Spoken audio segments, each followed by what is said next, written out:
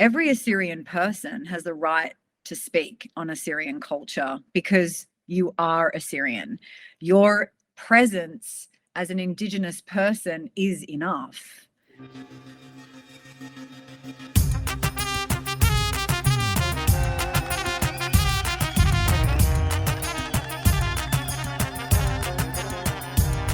Hi everyone, and welcome to another episode of the Assyrian podcast. My name is Sarah, and I was fortunate to speak with a lovely soul, Annukina Warda, about what it means to be a policy analyst in Sydney, Australia, and how she reclaims Assyrian narratives and mythology through her passion project, the Assyrian Priestess. In this interview, we delve into Annukina's background and discuss her goals for the Assyrian Priestess project and how we can reclaim our culture and narratives. You can find the Assyrian Priestess on Instagram at _Assyrian_priestess. You can also subscribe to her teachings on Patreon for just about $3 a month, which I recommend if you enjoy listening to her as much as I did. This episode is brought to you by all of us here at the Assyrian podcast. If you want to join us as a co-host, nominate someone to be our next guest, or find out how to sponsor one of our episodes or seasons, check us out at AssyrianPodcast.com. Thanks for listening. Please enjoy.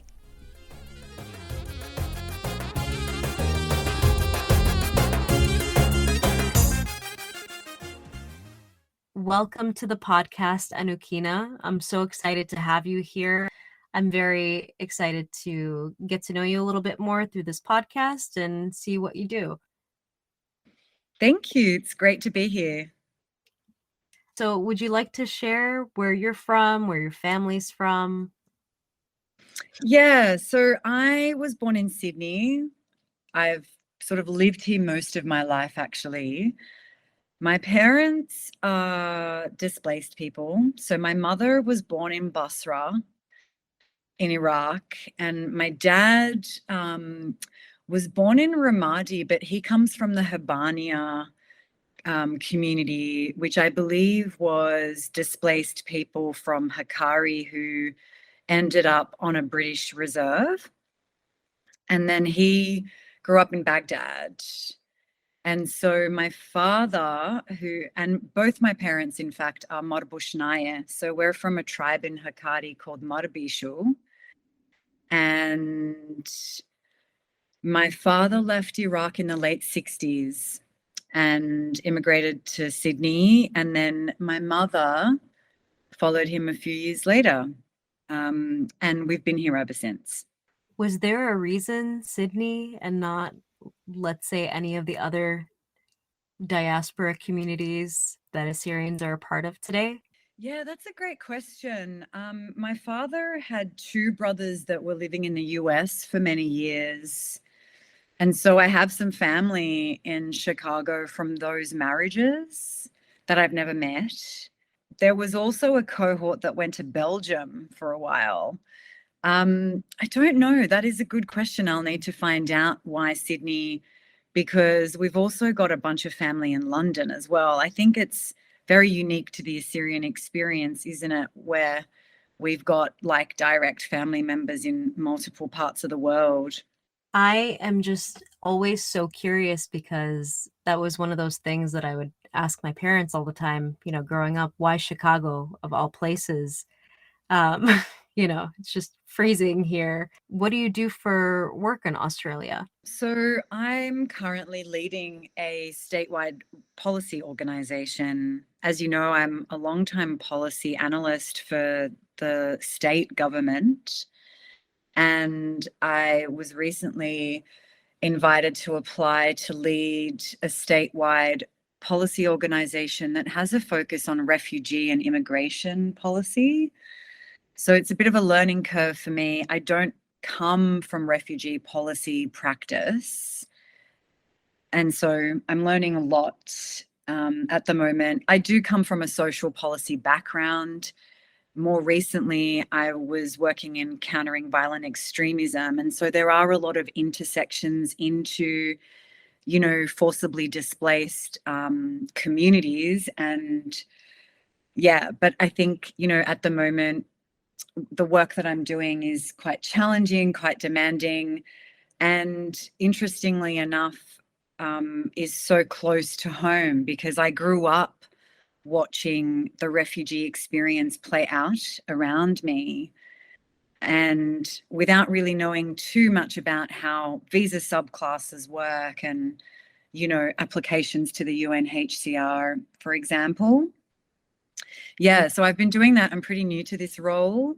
One exciting thing about our organization I would like to add is we actually work primarily with young people.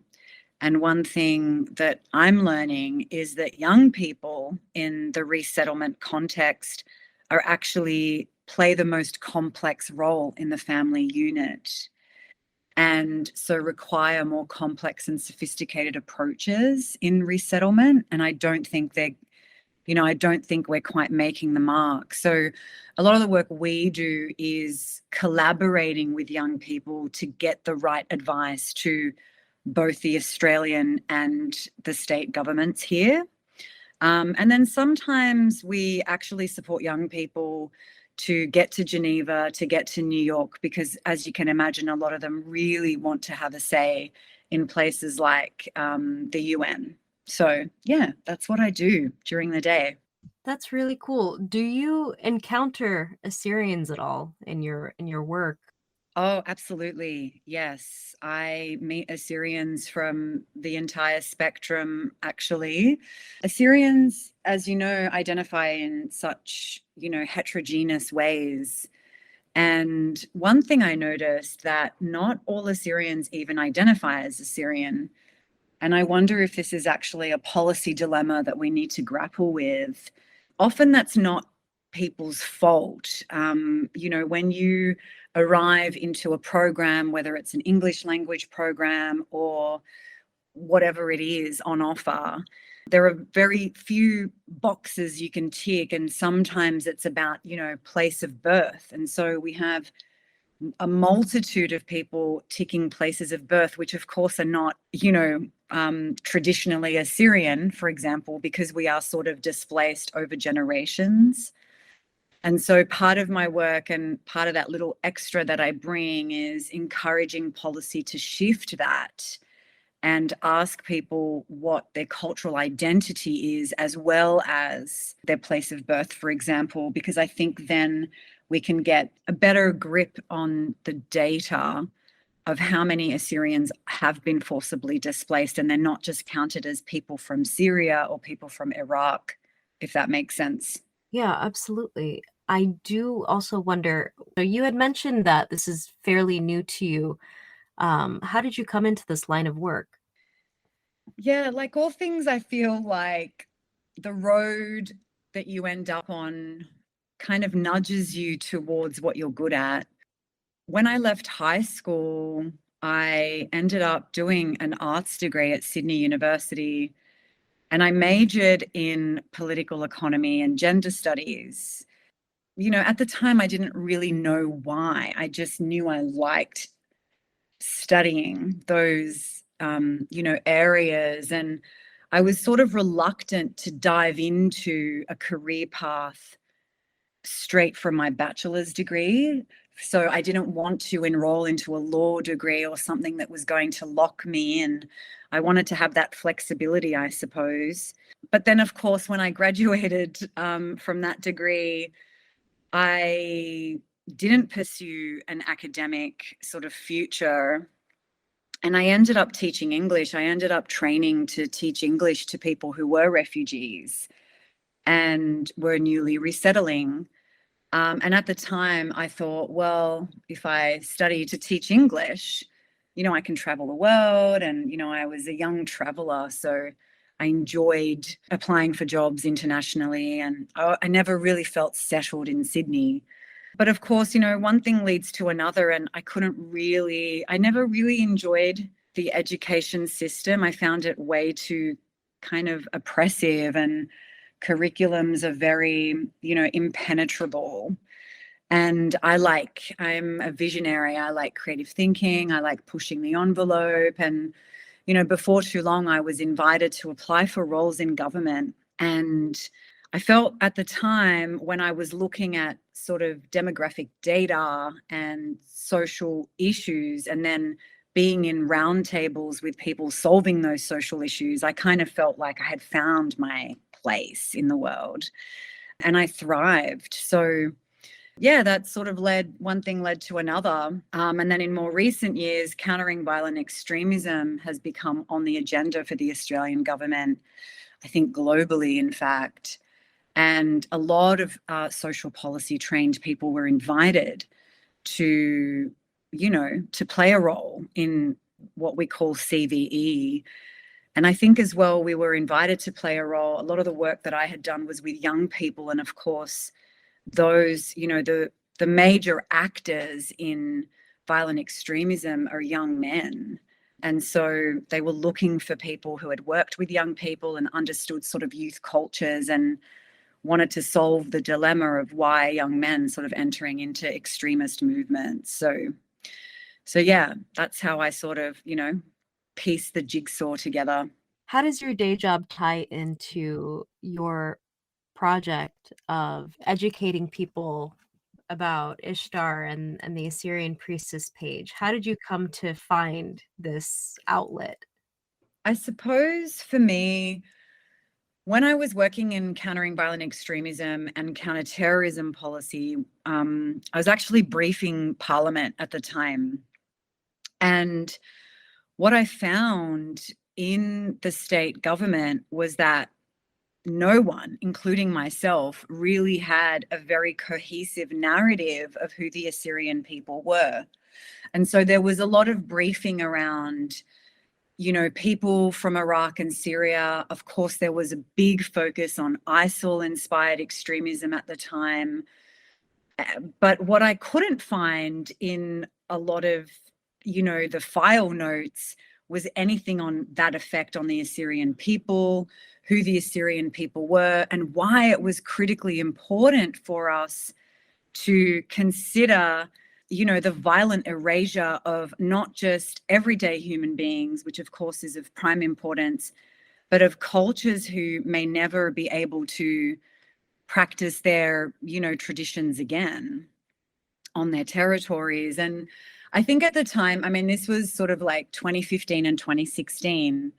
And I myself didn't have the answers to that. I remember calling my father a lot and inviting him to have lunch with me and engaging in conversations around the impact and the effects, because I wasn't seeing any of that story enter into the narrative that was going to the Australian government.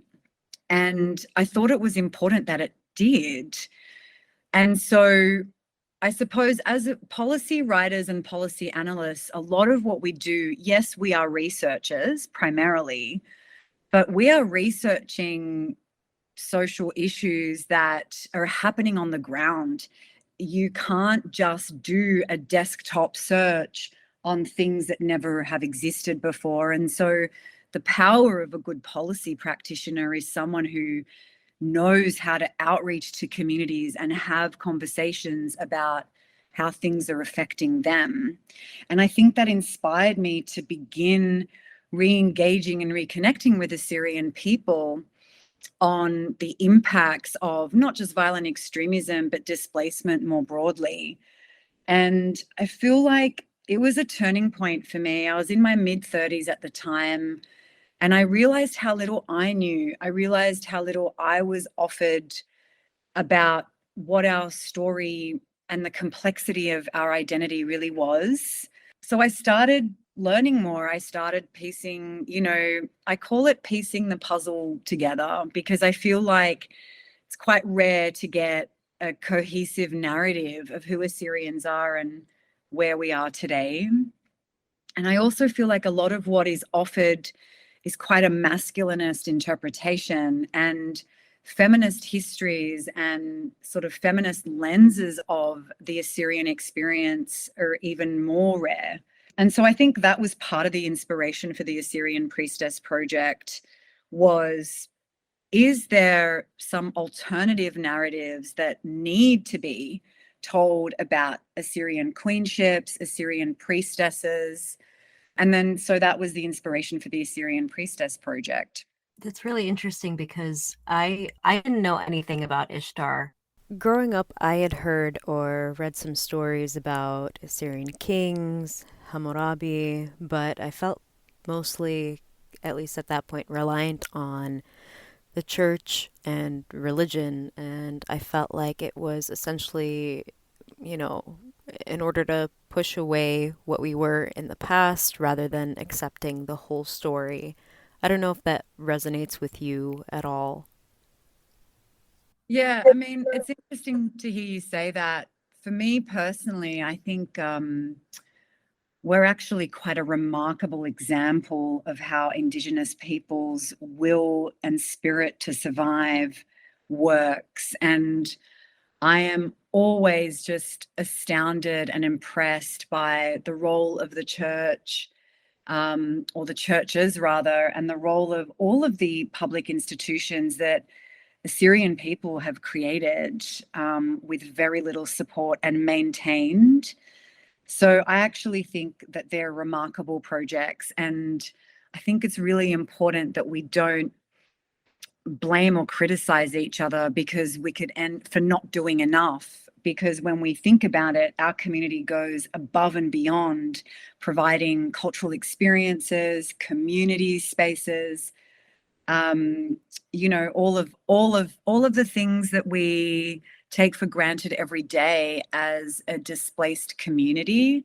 And you use the word diaspora, and I'm sort of grappling with that word at the moment, Sarah, because I'm uncertain that the Assyrian experience in diaspora actually matches the immigrant experience. I think our case is quite unique and quite different. I call myself a forcibly displaced person. I don't understand intergenerational displacement as sort of part of that migration trope of like seeking a better life. And I think multicultural policy and the immigration trope often erases the desire for forcibly displaced people to return back home. And so that's something I want to see happen a bit more is how do we return? And we may not return and go back to a past.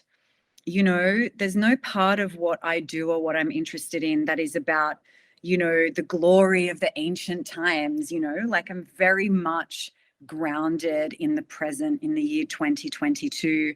I suppose the provocations that I bring and the interjections that I bring are number one, yeah, who was Ishtar? Was she an important goddess? Is she a sort of figure that could help us understand ourselves better?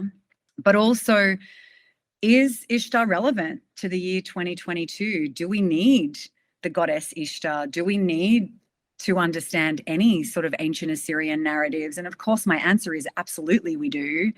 And if anything, I feel like we've lost a lot of our moral grounding. Indigenous cultures for thousands of years had a moral grounding and also sort of like complex cosmologies. We understood how creation and the seasons and the territories worked in relation to the sky. And that grounding, I think, gave us a sense of identity and a sense of belonging that we might be struggling with now, being displaced. And so for me, it's absolutely helped me ground myself in a cultural identity on my own terms, as opposed to what I grew up around, which was, yeah, really Christian narratives, which I enjoyed, and narratives around genocide and statehood, which are quite complex, concepts for young people to wrap our heads around. And there seemed to be nothing in between. And now that I've been doing the Assyrian Priestess project and, try and speak about a broad range of Assyrian sort of histories, people are like, oh yeah, that's really interesting. It's nice to have a different place to ground identity in, as opposed to this kind of often false binary between our faith tradition and our persecution. I would like to know if anyone else taught you about Ishtar or any of the other gods and goddesses, or if this was something you had to just like research completely on your own. Yeah, so growing up, I was really lucky. I grew up surrounded by a lot of Assyrian culture and community. And, I have vivid memories of like thousands of Assyrian people celebrating Shada and things like that in just wide open spaces. I think the binary is a trap a lot of communities find themselves in. And for me, I feel like that binary is often very patriarchal in nature because even statehood and state building often doesn't allow a lot of spaces for feminist discourse. And it's interesting that we're having this conversation now because this is playing out in the global collective right now, and it will always play out. And so for me, no, I didn't know who Ishtar was. I actually found the narrative through a lot of women's groups in Sydney and in the Blue Mountains close by where I lived. And I met a lot of non-Assyrian women who knew way more about Assyrian sort of narratives than I did. And I suppose that piqued my interest at the time. But of course, being a community that's often lumped with so much survival and recovery work, it's a privilege to be able to spend time, learning about different stories and what they might mean. And so it's sort of, I don't know, it's sort of one thing led to the other. And I personally needed a framework of hope and a framework of liberation, if that makes sense. And I'm actually quite clear now not to comment on statehood and land rights and sovereignty issues because they're really complex areas. And I think we need to leave that, number one, to people on our territories to lead, but also on sort of land rights and sovereignty experts to lead. I think a lot of us, have some kind of, I don't know, ideals or fantasies that are not grounded in reality. And so, yeah, I needed to find a place that I could contribute to, if that makes sense. And so this kind of was one. And so for me, the Assyrian Priestess Project is absolutely just a passion piece. It's very personal. It's all about what I found interesting. And I thought, well, if other people are interested, they're absolutely welcome to, grab a seat and join the conversation. What is the legacy we're trying to leave behind with the Assyrian Priestess Project? Are we trying to revive an ancient religion, bring people back into like essentially a cult of Ishtar, so to speak? But there's no sort of agenda that I have. I'm not planning any grand schemes. I'm just sort of wondering if people are interested to learn more about how Assyrian people traditionally understood the cycle of life and death and rebirth through the goddess tradition. And then through that process, trying to relate it to our everyday ethical dilemmas. So a lot of people are kind of like enjoying that process and finding meaning in that process. And yeah, so that's kind of the reward for me, I suppose.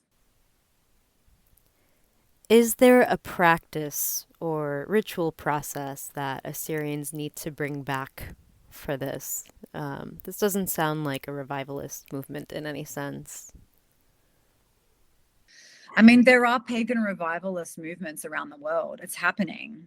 People are remembering their ancestors in very real ways and rejecting narratives that are coming from the dominant faith groups, and they're rejecting narratives coming out of the nationalist project. And so you'll see this around the world, right? Like you'll see, Nordic cosmologies and traditions making a resurgence. For example, people around the world, holding wedding ceremonies and rites of passages for their children in ways where they've sort of reconstructed the past. So another term might be reconstructionism, I think it is. Yeah, I mean, I'm not suggesting that that's something that we need. And for me, I feel like the story itself is the medicine.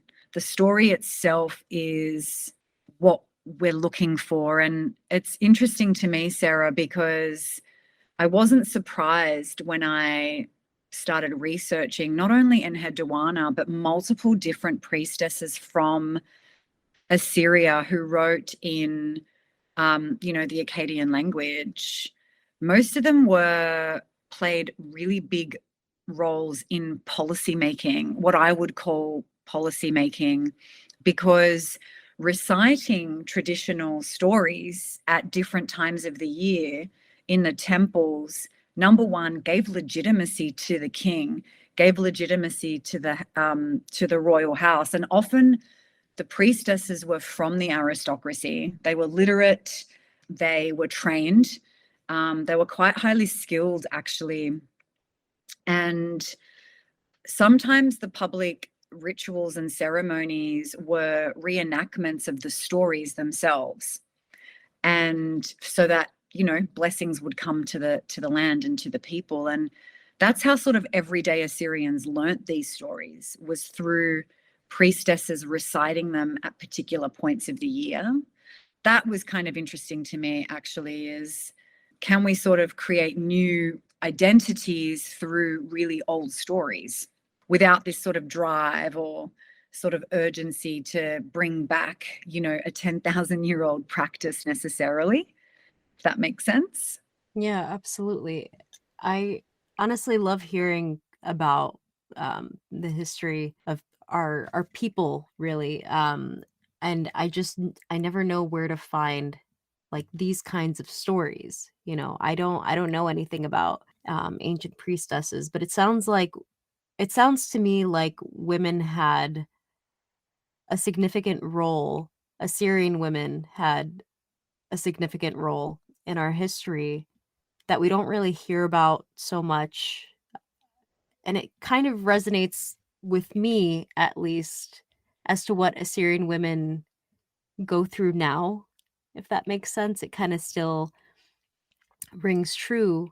Yeah, I mean, I think I feel like what you're saying is when we take a closer look at the sophistication and the complexity of Assyrian storytelling and Assyrian public life, we understand that actually it wasn't only women. Assyrian culture traditionally had multiple genders, and the current the current sort of fixed roles that we have in modern times is not only, this is an oppressive system that is global. It's not just specific to the Assyrian community. And it hurts me a little bit when I hear, people say, the Assyrian community is so conservative and the Assyrian community has such limited gender roles.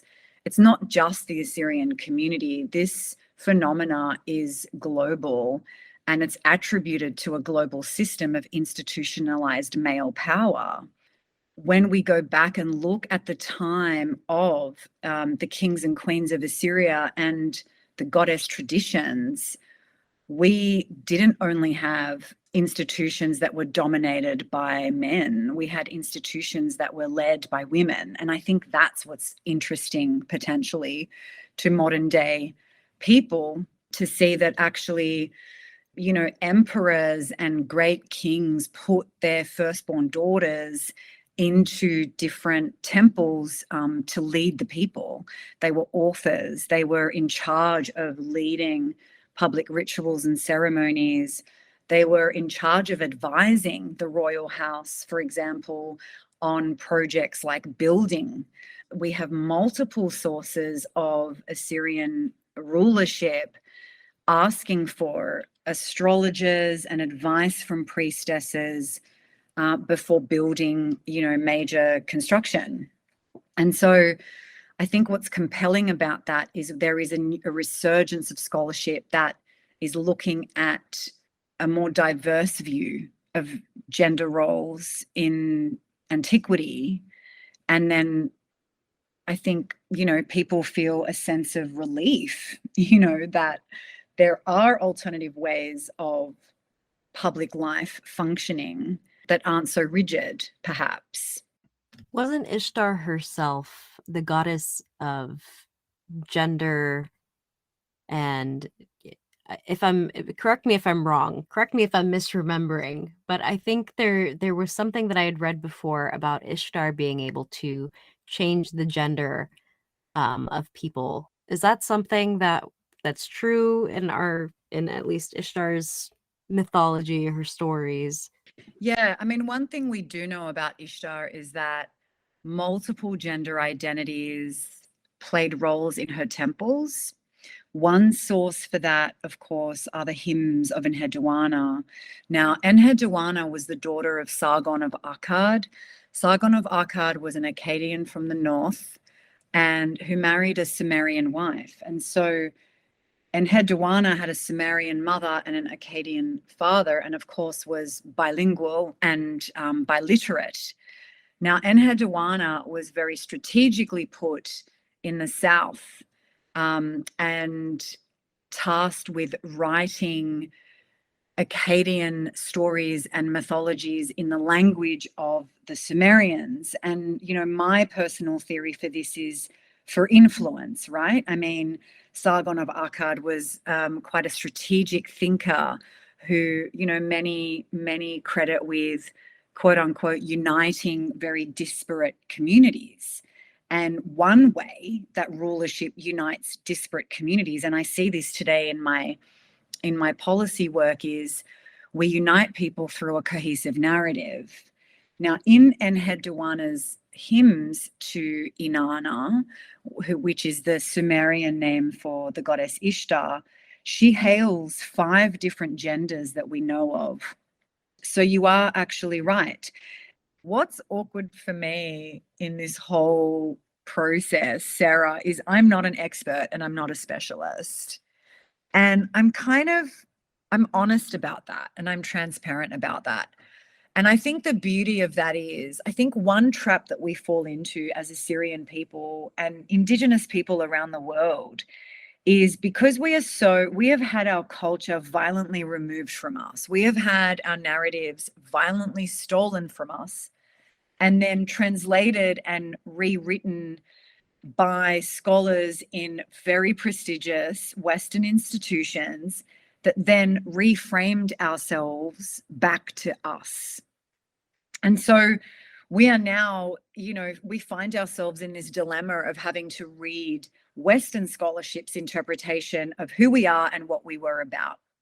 And I think a lot has become lost in that translation.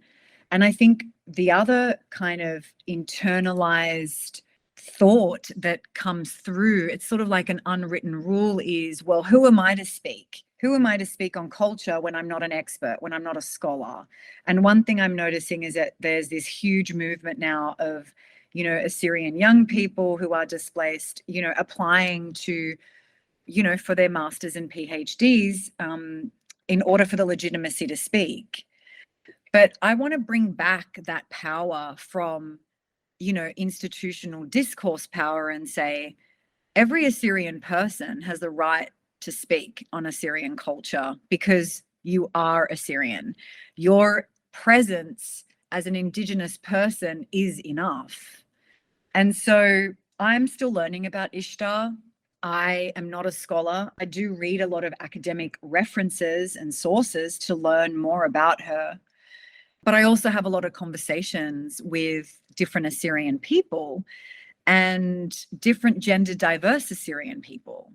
And I think one of the things that I would love to see is more research on gender diversity. One thing we're learning in the gender field is in multiple Indigenous communities around the world, gender diversity was absolutely the norm and was absolutely the tradition. But we're told today that it's a new phenomena, that non-binary status or gender fluidity or transness is a new phenomena. It's a Western kind of symptom of consumer capitalism, which a lot of scholars are actually rejecting with evidence and saying, in fact, many cultures around the world traditionally honored, respected and had made place for gender diversity. And I think the goddess Ishtar, as the goddess of love, fertility, sexuality, in her temples, we see a lot of gender diversity. And I believe that gender diverse people were very beloved to the goddess. And so maybe that's the link that you've made, of Ishtar being, the queen of gender diverse people. I think you're onto something there.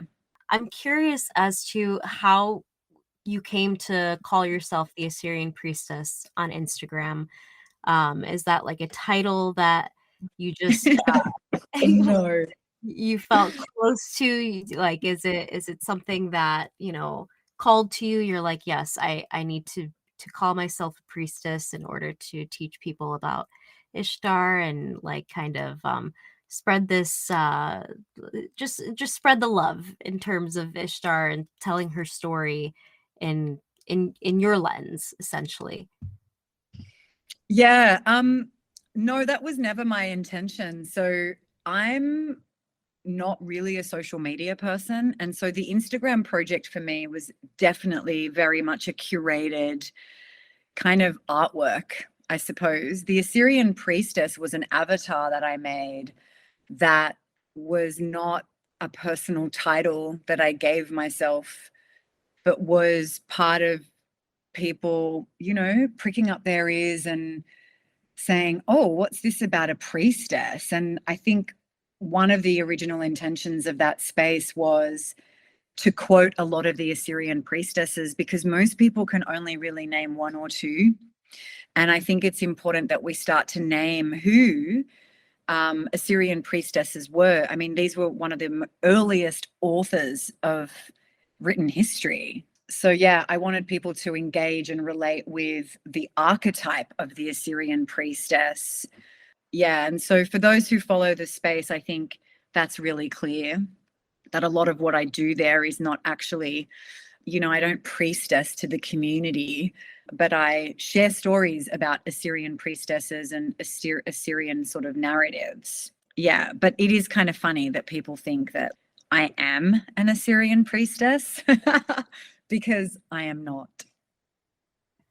I wonder what that would look like today, though. Like, who can we consider an Assyrian priestess today? Because, I mean, I feel like I'll do certain things that make me feel close to the earth and closer to feeling spiritual. Like, I still like, I'll clean, I'll do like the usual stuff, and then I'll like do bisma and like like light incense and just like go through the home and like try to get any like bad energy out. And I don't think that necessarily makes me a priestess in any sense, but I just wonder, like, what does an Assyrian priestess look like today in 2022? Yeah, I like that you used the example of burning bisma. I grew up where my mother would burn bisma every Friday evening, preparing us for Saturday. And I think that's absolutely an act of a priestess. Burning bisma doesn't just clear energy from the home, but it helps us reframe our mental state into a state of holiness, right? And that's a role of a priestess. I see the priestess archetype in modern day times as Assyrian women who sing in the church choir, actually. Assyrian priestesses were singers, they were drummers, and their role was to put the community into a state of reverence for the divine. And they did this through studying texts. Priestesses study scriptural knowledges. And I think that's been one of the biggest shifts that we've seen in the last few thousands of years is knowledge of sacred text is now only in the hands of particular institutions run by particular gendered classes. And that's where we saw the priestess class lose power. And a lot of modern scholars actually pinpoint that in Assyria, that the shift actually happened in Assyria, where we saw the shift between a lot of the reverence for the goddess being the center of everything into a more sort of, male reflection of divinity and deity, and only that, if that makes sense. So priestesses know the texts, they know how to read them, they know how to recite them, they know them off by heart. And so for me, I love seeing the Assyrian women who veil themselves and read from texts. Of course, we don't use the term priestess anymore, but just like a priest, it's someone who knows the sort of sacred mystery and is tasked with sharing it to the community so that the community feels a sense of belonging, identity, and also connection to divinity. That actually makes perfect sense because it just clicked to me that we call our choir members, at least the women choir members, shemashiate. So instead of like a shemasha or a deacon, essentially you're like a deaconess. So not necessarily a priestess, but a deaconess in a sense. Yeah, that's amazing. I actually did not know that. Shamashyate. See, that's perfect. It's funny how, I think a lot of us, we spend so much time bemoaning how much we've lost. But I think when you dig a little deeper, you realize how much we've actually retained under such extraordinary circumstances. And I think there's certainly some magic in that. I mean, even if you just look at all of our organizations and the churches and stuff, women have such a large supporting role, and we may not necessarily be, the ones that are the priests and the ones that are the heads of the organizations, but we do a lot for our communities. And so I mean, when you were telling me about these priestesses in the past, I don't know. I wonder, like, were we more feminist as Assyrians in the past, or was our history more feminist versus, what we've become? Yeah, I'm not certain about that. Yeah, I mean, I'm not certain, and I'm uncertain that feminist is even the right term. I think there was an understanding by our people that everyone had a role to play. And, in antiquity, society seemed pretty rigid and pretty structured. And, I certainly, I'd love to be a fly on the wall, but I don't know if I would ever sort of want to comfortably ease back into a time where things seemed pretty dicey, actually. And I think the role of priestesses in the past, just like any role that we play in institutions, is very much linked to power and who's in control. And we see this in the example of Enheduanna, who actually becomes exiled. And some of her greatest poetry is written in exile, where she writes Ishtar as the goddess of war and the goddess of rage. Now, Ishtar is linked to rage and outrage, and there's some fantastic stories about her seeking vengeance and seeking justice for women against those who would assault or abuse women. But, the priestess's role was also kind of dicey at the time because she was at the behest of the royal house. And so if she lost favor, then, she was out, whether she's daughter of the king or not. So, yeah, I don't know. It's all very kind of interesting, isn't it? I need a movie made about ancient Assyria. Everyone says that. I would love to see a film too, but the right script writer would need to be leading that project. Like if Sexist Hollywood wrote it, no thank you. No thanks. Do you experience any misogyny on your page? Just because I'm curious as to what kind of responses you get from people, because you'll see on any kind of social media, there's always someone hating. There's always someone that wants to lecture from what I've seen, and I'm just curious if you experienced that. Yeah, look, I did in the early days, and I was navigating Instagram for the first time as a user myself. And I wasn't really sure of the etiquette and the process. So when I launched the project, I was 40 and was sort of a little out of tune with modern day online cultures. So, in a way, I'm glad I had the experience that I had because I can relate more now to the experience that young people are having online. At the time, the page was a mix of personal stories, personal photographs, and Assyrian cultural snippets. And that model was the model that attracted a lot of unwanted attention in between, men who wanted to violently harass me, to men that were known to me who wanted to mansplain what, they thought was the right version. Yeah, so I did experience some of that. The moment I removed all of my personal photographs, it all stopped.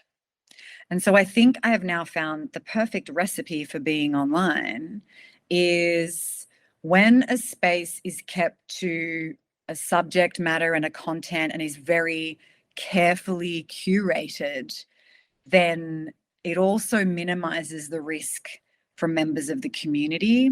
Now, I'm not saying that if you do post your photo that anyone has the right to harass, intimidate you or otherwise.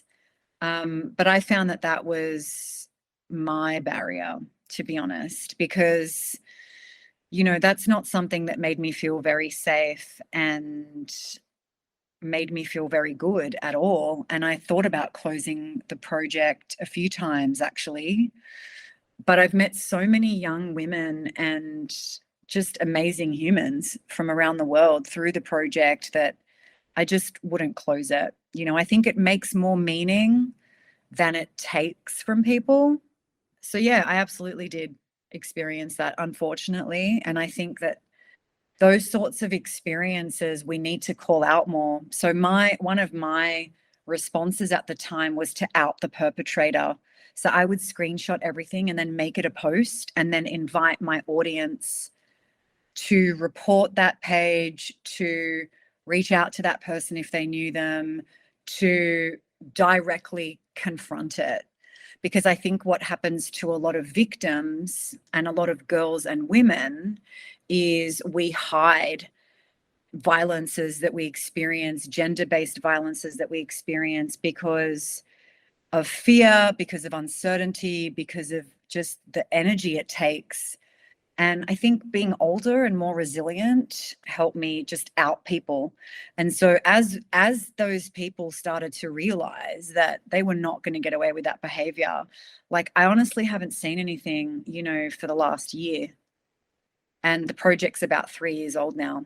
That's interesting that you would call people out because it does take a lot of energy.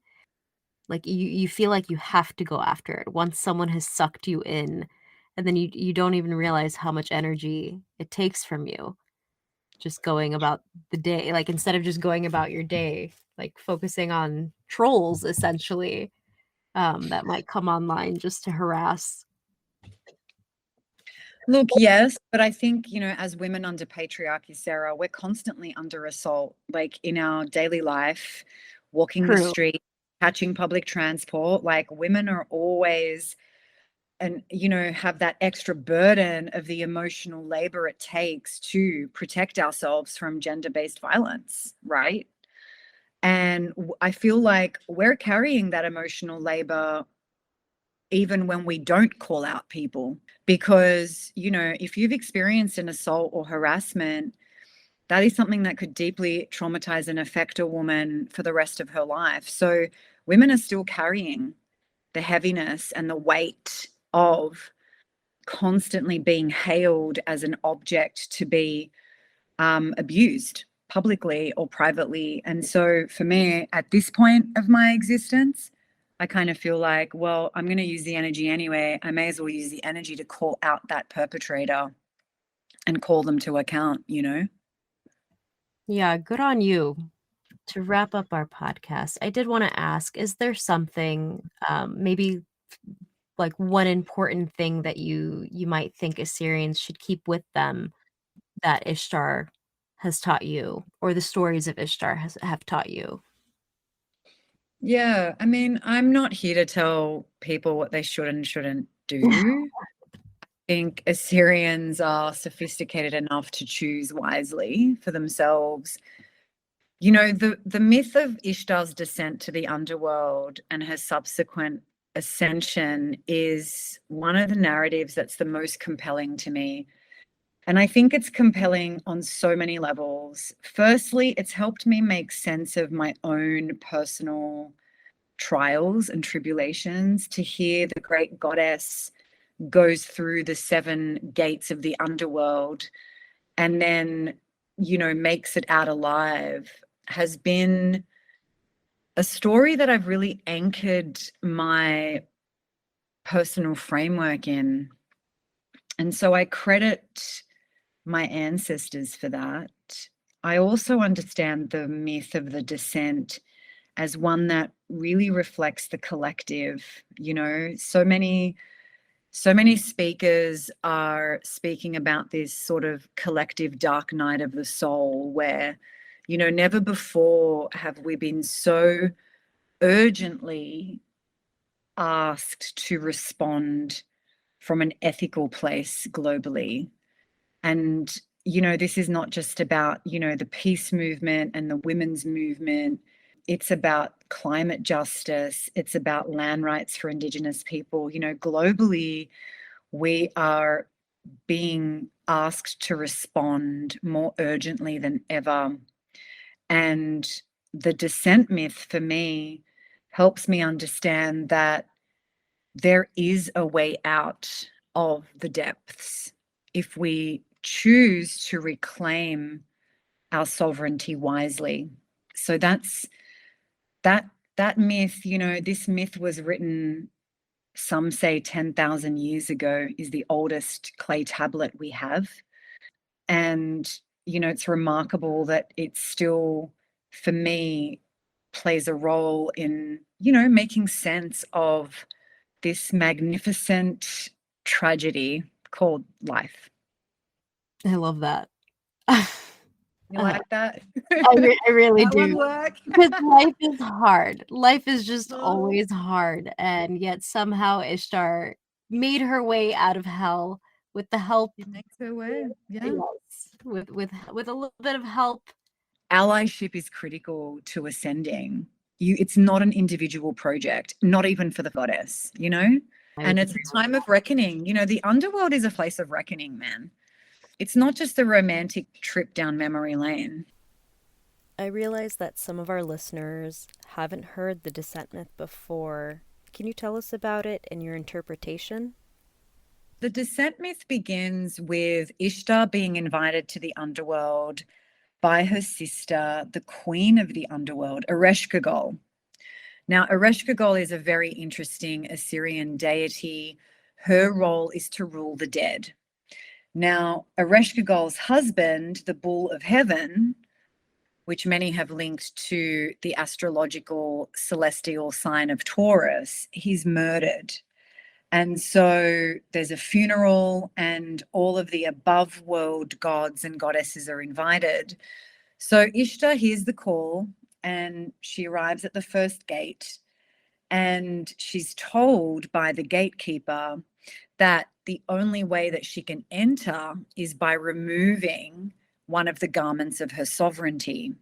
Now, Ishtar is no fool. Before she answers the invitation to attend the underworld, she informs her priestess, her chief of staff, I call her, Ninshabur, and says, if I don't return in 3 days, I want you to do this, this, and this to help me, because that means I'm in trouble. And before she descends to the underworld, Ishtar dresses in her full royal regalia. Now, at each gate, she is then subject to, at each gate, of which there are 7, to removing a garment of her sovereignty until she is in the depths and in the pit of the underworld, and she is reduced to nothing but her flesh, which is hung up on a hook. So she's completely, she's reduced to smithereens, as they say. Now, her priestess in the above world goes and knocks on the doors of the gods until she comes to Ea. And Ea, who is a grandfather figure, has a lot of compassion and mercy and says yes. And so between them, they come up with this fantastic scheme and plot to save the goddess. Now, when the goddess is rescued, she has to come up the 7 gates. And at each gate, Ishtar reclaims the garment back. And I feel like the modern interpretation of reclaiming your garment of sovereignty really links itself to the underworld being a place of reckoning, the underworld being a place of truth. And it's interesting that even in modern times, when you go to an Assyrian burial, the priest in his prayers will refer to the grave as the place of truth. And so the Assyrian people then and now, we understand death to be a place of judgment. And Ishtar herself goes through judgment, and the gods of the underworld are invited to make their decree upon her. But she escapes. And when she escapes, she reclaims her garments. Now, the significance of that for me and for the people that I collaborate with on, reflecting upon this myth is that everyone will go through trials and tribulations in life. The difference is, what can you actually reclaim back on your terms? A lot of what we find that we lose, we didn't really need in the first place. And so the underworld being a place of truth and a place of reckoning encourages us and invites us to reframe our understanding of what it is we really actually need to reign as sovereigns and to serve the community well. And I think that's the gift of this myth. It's about losing all the decoration and losing all the, the pomp, and rising up with what you really need to do what? What does Ishtar ascend to do? Well, she ascends to be the queen of her people. And the role of the queen is to do one thing, and that is to serve, right? And so that for me is a beautiful kind of way of understanding our individual development and processes in our psyche, but also collectively. And, what are the things that we don't need anymore, that no longer actually aid us and only harm us, And what is it we actually do need to live a very healthy, harmonious, peaceful existence with the earth and the sky? Yeah, so that's sort of the descent myth in a nutshell, but it's a little bit more complicated than that. I love that interpretation, honestly. And I would like to, end this off with, how can we continue to follow your journey in ancestral remembrance and, learn a little bit about Ishtar and the other stories that have. Yeah, I love plugging the project. So the Instagram project is growing, and it's grown to those who want to dive deeper, get notes, have access to articles, can join a private paid space called Patreon. Patreon membership costs $3 a month. I try to make it as accessible as possible, and you can cancel anytime. So you don't sort of sign up for anything more than 1 month. One thing I've been hearing, Sarah, is from so many people around the world. It's remarkable, actually. And what I'm hearing is them saying, finally, someone is speaking about the goddess Ishtar. And, that makes me feel warm and fuzzy inside. Assyrian people, we find ourselves in a really remarkable time. Being displaced all over the world is something that is, was possibly completely imperceptible to our ancestors and our people. And despite this, we continue to create community, we continue to create culture, we continue to identify and locate ourselves through geography and through kinship systems. And, I encourage all Assyrian people to create music and create art and create poetry and write yourself back into being against the forces that, want to erase us. I think that for me is the most exciting part of this project is my Indigenous presence is an act of defiance against so many forces that have only tried to erase myself and, my ancestors for multiple generations. And that's my pep talk. That was really beautiful.